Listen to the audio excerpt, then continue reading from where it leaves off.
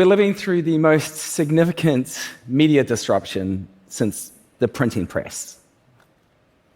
It's a transformation that explains everything from political polarization to why algorithms now do the jobs of editors, and it's creating a hell of a mess.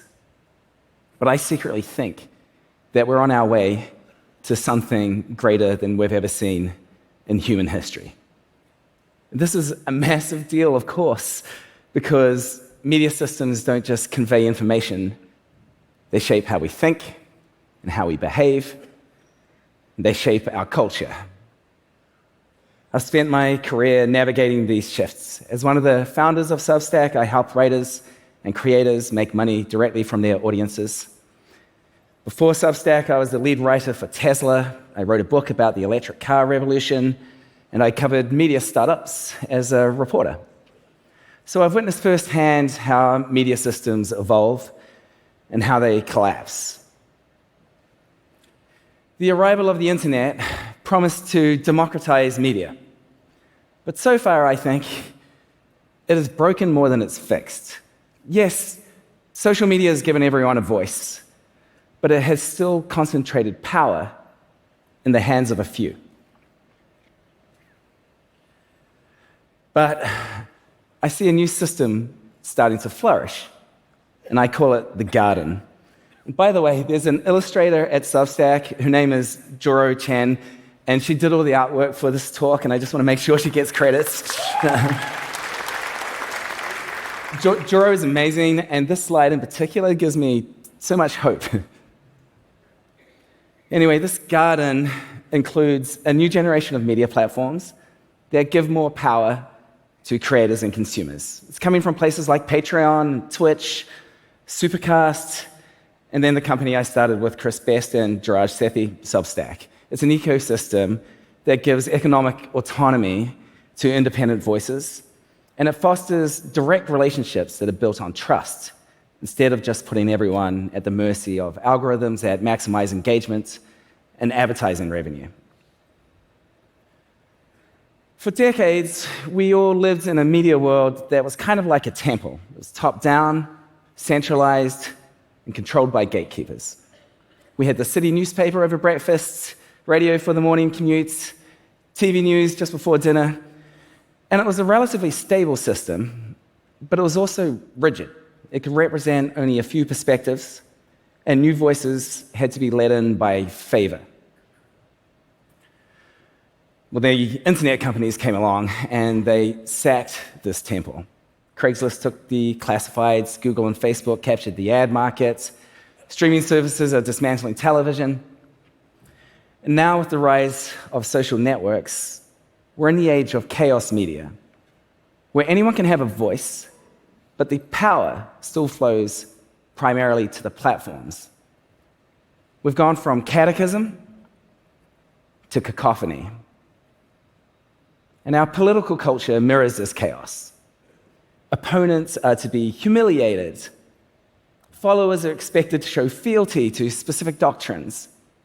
And attention of any kind, whether it's positive or negative, wins the day. So we've gone from ask not what your country can do for you to what you can do for your country to dunk tweets and goading salutes.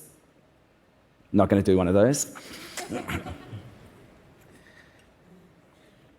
But when you look closely, it is possible to see something new emerging. And when I look closely, I see the green shoots of a garden. This garden, to put it in somewhat inorganic terms, is a distributed system of independent voices who enjoy economic autonomy. Unlike Instagram or TikTok, where the power mostly goes to Mark Zuckerberg or the Chinese Communist Party, the garden model connects creators directly with their communities. We've seen in history how revolutions like this can take quite a long time to fully unfold. Thomas Edison demonstrated the first practical light bulb in 1879, but it wasn't until the 1920s when electricity started to become common in people's homes. The missing piece was the electric grid. And if we look today at our current media revolution, we can see that the missing piece has been a different kind of power, economic power. Economic autonomy gives creators freedom. Instead of answering to bosses or an advertiser or an algorithm, they can focus on deeply serving their communities. Instead of chasing virality, they can spend all their energy on doing their best work. And in this way, The Garden can bring a sense of order to social media's bedlam, distributing the power among the many instead of the few. Let's take a look at some examples of how The Garden is already starting to flourish. Take Crystal Ball and Saga and Jetty. They're the hosts of a nonpartisan news show called Breaking Points. It used to be produced by The Hill, and it had the name Rising, but then Crystal is from the left, Saga, who's from the right, decided to go independent. They moved it to Supercast and YouTube, and then to Rumble. Now they make more money from subscriptions and cover a broader range of political viewpoints for an audience of more than 1 million viewers. We'll take Caroline Chambers. When publishers spurned her proposal for a cookbook deal, she took matters into her own hands. She set up a Substack, because she's a genius. She called it What to Cook When You Don't Feel Like Cooking, and she grew a community there to about 500,000 people. They were all based around practical, accessible recipes. So when she did eventually publish that cookbook, it became an instant New York Times bestseller. Not because a publisher anointed her, but because of the genuine relationships she had cultivated with her readers.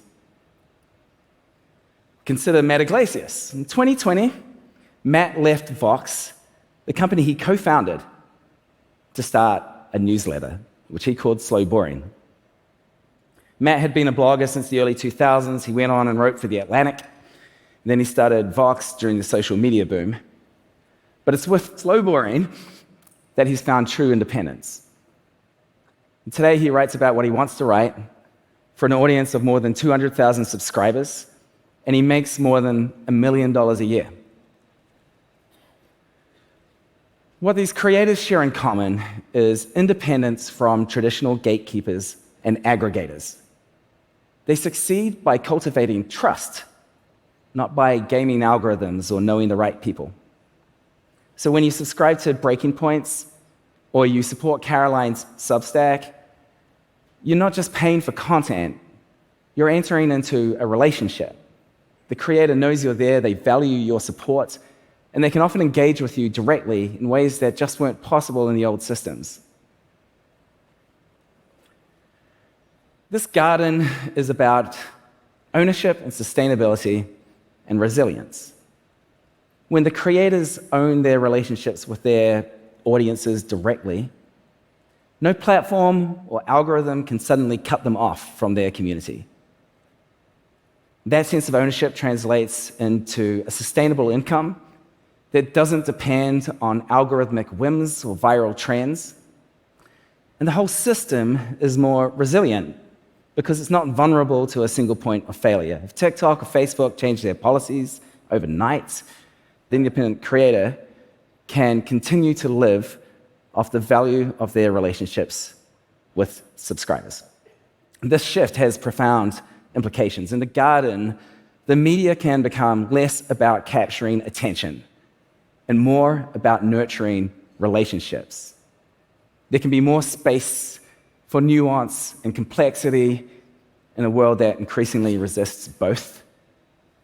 And in The Garden, biodiversity can flourish. There can be many more winners. There can be much better coverage of a vast multitude of niches. And everyone can play a role in shaping the culture they live in. Of course, there are going to be some people who will say, well, this is all just going to lead to more echo chambers. But I think the opposite can be true, because when you network cultural connections, people can move freely between communities and be exposed to new ways of thinking in more moderate environments. The chaos of our current media moment cannot last. but then no one's quite sure what the new landscape's going to ultimately bring. And that's why our choices today matter so much. Every subscription, every share, and every minute of our attention is a vote for the culture we want to flourish. And now we can invest in a system that values deep relationships. We can reclaim our attention from the doom scroll feeds and pour it like water onto the seedlings of a better future. And when we do this, it's not just about getting better content. It's about cultivating a richer and more thoughtful culture, a culture that can face up to the complex challenges of our time, a culture worth subscribing to. Thank you.